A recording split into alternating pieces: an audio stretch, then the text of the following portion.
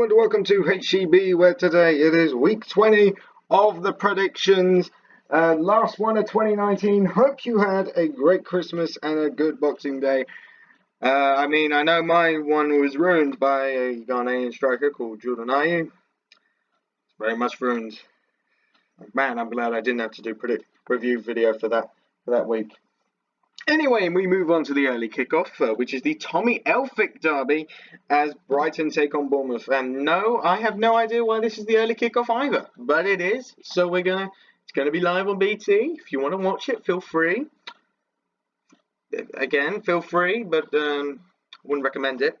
Watch it. It'll be 4-4 now. That's not my prediction.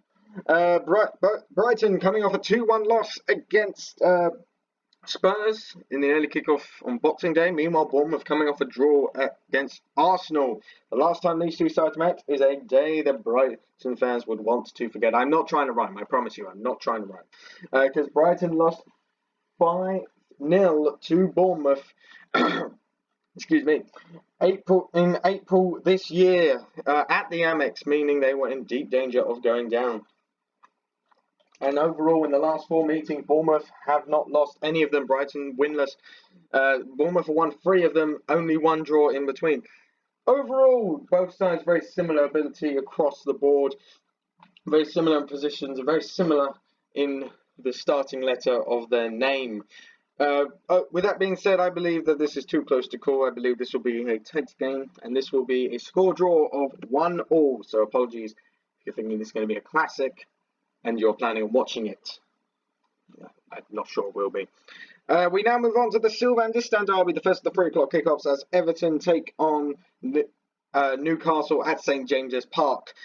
Newcastle coming off their 4-1 loss against Manchester United, where it all started so well. They took the lead.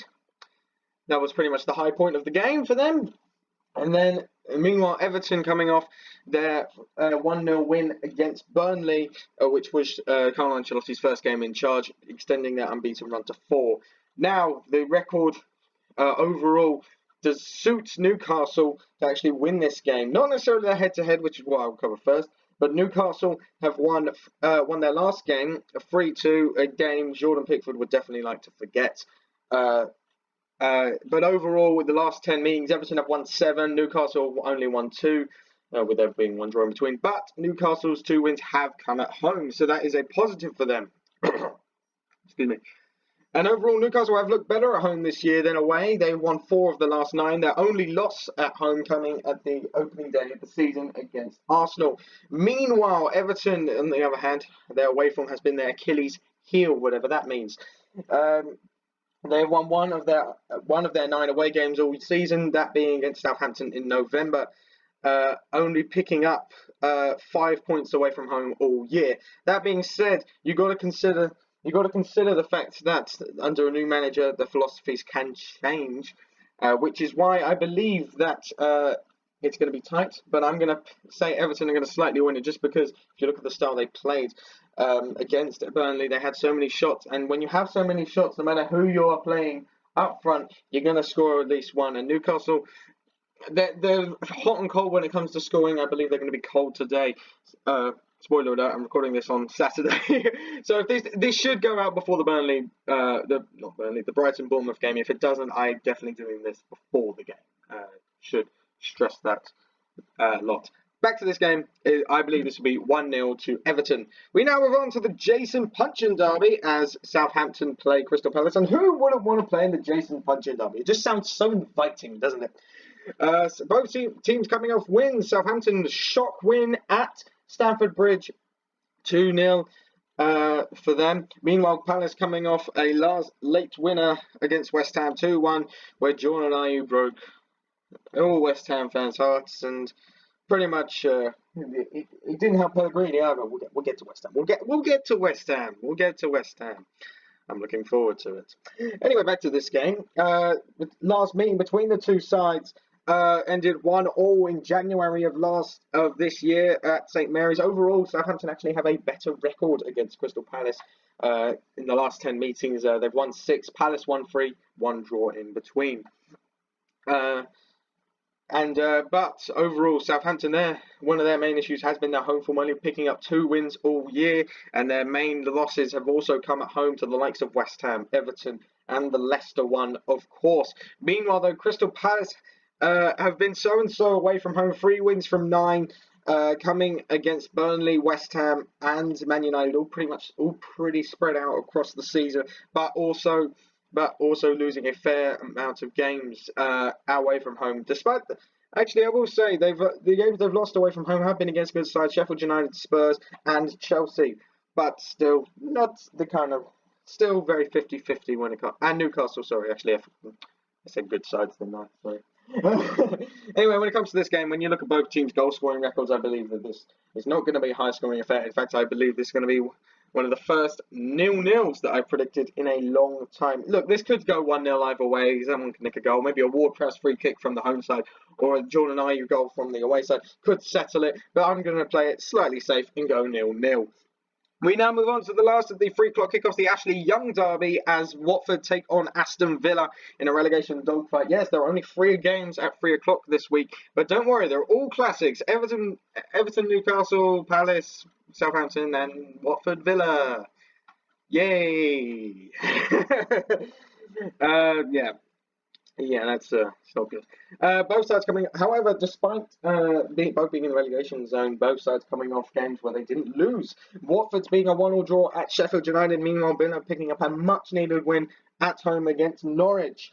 When it comes to the recent history between the two sides, Watford have actually won the last 2 meetings in the Premier League. They've only faced each other twice in the Premier League in the 15-16 season. Both times Watford won 3-2. So in theory, I should predict 3-2 Watford. I haven't done that.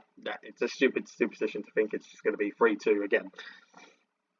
When it comes to this game, though, Watford, obviously, I feel it's a bit harsh to talk about their form because obviously it's not good. 1 win at home all year. That's, however, coming recently in their last game against Manchester United. However, you've got to talk about Villa's away form. Only 1 win from 9, that being against Norwich in October. So winless away from home in 2 months. When it comes to this game, I believe that Watford are on a much better trajectory than Aston Villa at the moment. Their performances under Nigel Pearson have been very good, and I believe against the side against Villa, they can carry on. And also, if they want to stay up, Troy Deeney will also know this. You need to win your home games, and this is what I believe Watford will do, winning 2-1 against Aston Villa. We now move on to the first of 2 5:30 games. On Saturday, as it's the first up, the Sebastian Bassong derby, as Norwich take on Spurs. Norwich coming off their 1-0 loss against Aston Villa. Meanwhile, Spurs rectifying their terrible 3-0 loss against Brighton early on in the season by beating them 2-1. I say they rectified it. They got another win. They might not have rectified it. They might have. You never know. So obviously these 2 teams, polar ends of the table at the moment, and it's not good looking good for Norwich. I should point out the last two times these sides met, Spurs won 3-0 both times, and overall in their last 8 meetings, Spurs have won 4 of them. And out of their last 4, Spurs have won 3. So that is an even worse stat for Norwich. But overall, I believe that people are writing this off as a definite Spurs win. I don't think it's necessarily the case, because under Mourinho, the games have been very close, very tight, despite the wins for Spurs. And I believe that this will be very similar. I believe Norwich I do like playing these types of teams at home. They do tend to unnerve them a little bit. They do tend to put up a better fight as opposed to other games. So overall, while I do think Spurs will win, I believe it will be very tight and a very good game to watch on Sky if you're not watching the other game. 3-2 to Tottenham Hotspurs. We now move on to the other 5:30 kickoff, which is the Paul Konchesky derby, as West Ham take on Leicester. Both sides coming off losses midweek. West Ham coming off their 2-1 loss to Crystal Palace. Meanwhile, Leicester coming off a 4-0 home thrashing against Liverpool. And Leicester, what the hell happened? I predicted you to win, and you do that. I blame Charlie Nicholas. Unfortunately, he also predicted Leicester to win. So whenever pundits like him are a bit useless at predicting. That's also the case with West Ham. Mark Lawrence predicted us to win, and look what happens. So I blame them. Blame them for the results during the week. I mean, both sides desperately needed a win here for different reasons. Pellegrini, especially, I think would need it more just because it's a home game, and you know about him. He loves a home game. But then, I mean, he can't stop going on about home games if he loses. Like, if you watch his interviews, basically, he goes, if we lose away, he goes, well, let's just focus on the home games. The home games are important. If we lose a home game, we lost a home game. That is not good. That is not good. We need to win the next home game. Yeah, so this is a home game for him, and he needs to win it. Whether he will is another question, unfortunately for me. I'm not looking forward to it today, to be honest. It's probably not going to end well, and actually, I'm not confident at all. And for only the second time in recent years, I'm not going to predict. I'm going to predict us to lose, and I believe Leicester especially, they're going to come out. They've not won in their last three. Two of the results against Man City and Liverpool. The most recent being a 4-0 into West Ham. Like, it's a simple thing. And Jamie Vardy, I can imagine is going to run our defence absolutely ragged. I'm going to say this will be 2-0 to Leicester City, and I'm being very generous in how many goals we're going to concede. It might be more. However, I will say, just to give West Ham fans like me hope, the last time I predicted a loss was the Chelsea game. So, just to let you know. We now move on to the Sunday games, and the first one, no, we don't move on to the Sunday games, sorry, because there is a late kickoff at 7:45, which is Burnley versus Manchester United in the Michael Keane derby, probably live on Sky, I can imagine. Burnley coming off a loss to Everton at Boxing Day. Meanwhile, Man United coming off a 4-1 win against Newcastle. With regards to the recent history between the two sides, Man United, the last game ended 2-2 in January at Old Trafford. Overall, though, Burnley in their last 9 meetings have not beaten Manchester United, but they have actually taken them close. Man United only winning 5 of the last 9, the others ending in draws. And also, if you look at the fact, another stat that suits Burnley, that favours in Burnley's favour, is their home and away form, respectively. Burnley's home form is very good this year, winning 5 of the 9 games. However, the games they haven't won, they have lost. So there's potential there for it to go very 50-50. Meanwhile, Man United, their away form has been terrible, only winning 2 of 9 games in the Premier League, them being Norwich and Man City. I know one of them is Man City, but they still haven't won in 7 away games this season. That all taken into account, and that I believe this will be a very tight game. And to be fair, but Burnley is very much a side Man United could slip up on. Easily, Burnley could win this game, and I do believe that, despite their up and down 50-50 form, Burnley can easily win this game.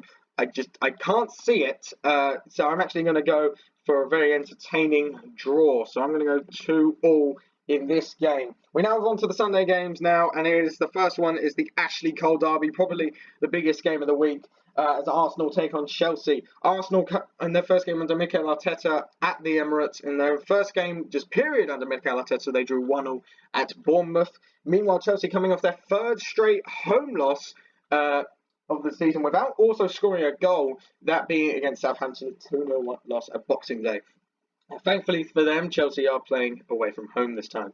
With regards to the recent history, Chelsea, last game they played, they beat Arsenal 4-1 in May. Not very good. And overall, in their last 10 meetings, Chelsea have won 5, Arsenal only winning 2. However, Arsenal's 2 wins have come at home, so that will give them some confidence.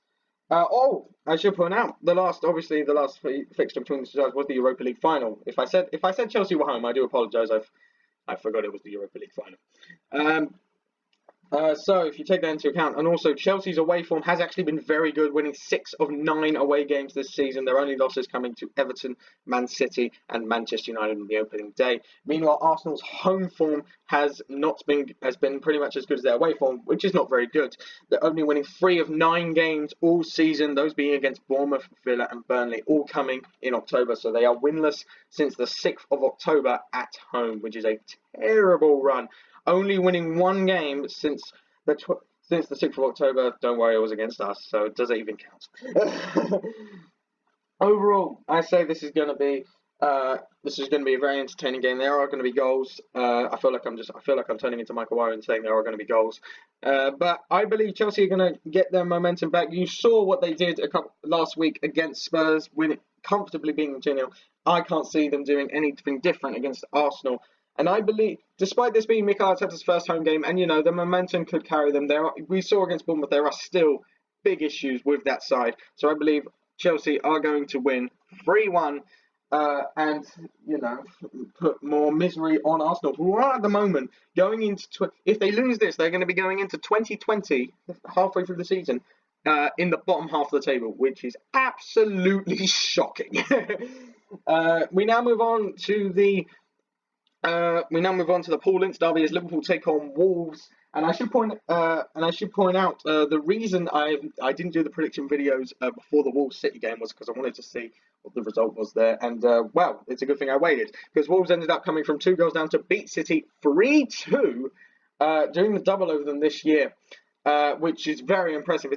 They are only the second team under Pep Guardiola's reign to do the double over Man City, the other one being Chelsea in the 16-17 season. So very impressive from Wolves, continuing on their terrific momentum. It's a shame that they are coming up against a Liverpool side that is still unbeaten, and the Liverpool side coming off a 4-0 hammering against second place Leicester away from home. Incredible result from them. It's just a shame Mane or Robertson didn't get a goal. Just personal fantasy team issues there. So yeah, in some ways you could say this is a very tight game. The last meeting between the two sides was on the final day of the season, where Liverpool ended up winning 2-0 against Wolves, and they have actually won their last 5 meetings against Wolves, and in their last 8, winning 6. Wolves only win against Liverpool. Sorry, it was in December 2010, where they won 1-0 at Anfield, but I'm pretty sure they had Roy Hodgson in charge then, so it doesn't even count. With regards to their home form, Liverpool won 9-9 when it comes to wins. Meanwhile, Wolves' away form is actually not that bad. They've only won 3 of 9, but only lost 1 away game all season, so that is a good stat to take into this. And they've also beaten City at the Etihad, so very important to remember that. Overall, though, I will say that despite Wolves' best efforts, this is a Liverpool side coming off a World Cup win in Qatar and a 4-0 thrashing against Leicester. So while Wolves have shown they could easily come here and potentially take a draw, even a win. I could even see a win for this game, but I'm just not confident enough to predict it. I'm going to go quite safe here, and I'm going to say Liverpool are going to win 3-1. We now move on to the final game of this week, and it's the Carl Walker Derby 2, the Chamber of Secrets, as Man City take on Sheffield United at 6 o'clock. And then this is another reason why it's a good thing I waited until the Wolves City game, because City obviously lost that one, condoning them to a 5th loss this season, which is, I'm pretty sure, more losses which is similar to the recent losses Pep has in his last 2 seasons. I might actually have to check. Is that the same as the amount of losses? I'm pretty sure they've had 6 losses in their last 2 seasons. Correct me. I'm quite sure on that. I'm pretty sure of that. Anyway, City coming off a loss. Sheffield United coming off a 1-1 draw against Watford. These sides haven't played in ages, so it's not really fair to look at recent form. What it is fair to look at is the stats when it comes to home and away form. Man City won 6 of 9 home games, which is a very impressive record still, but 2 losses recently but a recent loss to Man United at home as well. Meanwhile, Sheffield United are still unbeaten away from home. If they make this game, only Liverpool with the only other side to go the entire first half of the season without losing an away, the entire first half of the year without losing an away game. They've technically gone the first half of the season without losing an away game because this is match week 20, but I think it would be nice to just add a little bit more on the end. But they've got very hard competition in Man City to deal with here. As for the game itself, look, obviously the main factor here will be Everton is out for this one through red card, so Claudio Bravo will be playing. This definitely gives Sheffield United a chance to at least get a draw. Even a win, they could get a win. There's a very good potential. Again, however, though, I am going to play it slightly safe because Man City are still Man City. And of all the teams to go out and lose your first away game to, Man City are not the worst team to do it to. Sheffield United should be very proud of the record they've got at the moment. And if they get anything out of this game, they should be immensely proud. But they're just gonna fall short, unfortunately, due to City's attacking abilities. So I'm gonna say this will be 2-1 to Manchester City. So that is all the games for this week. We now move on to the Fantasy Premier League, where I should point out, obviously, I didn't do a review show. I got 41 points last week. It wasn't great. I've made 2 transfers this week through 3 transfers. I've subbed in Adama Traore for N'Golo Kante and Martin Kelly for O'Connell. The reason I've got O'Connell is he's playing Man City and Liverpool in his next 2 games. I might sub them back in, and Palace have also got some nicer games.